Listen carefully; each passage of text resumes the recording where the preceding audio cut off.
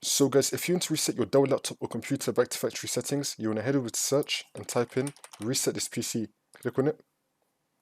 And now once you're on this, next to reset this PC, you want to click on reset PC.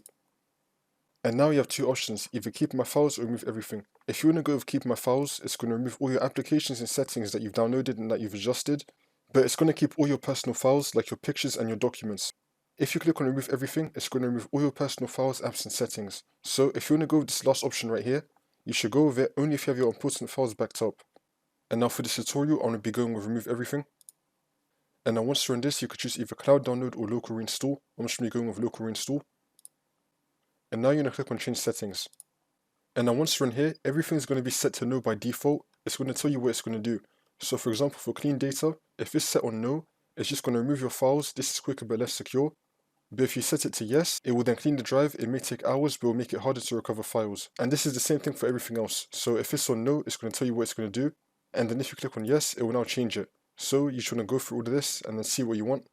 And then once you're happy with all that, you want to click on confirm. And now you want to click on next. Wait for this to load. I don't want to reset my computer, so I'm going to be stopping it here. But in your case, you just want to keep on going, and then you want to follow the steps and then reset your computer.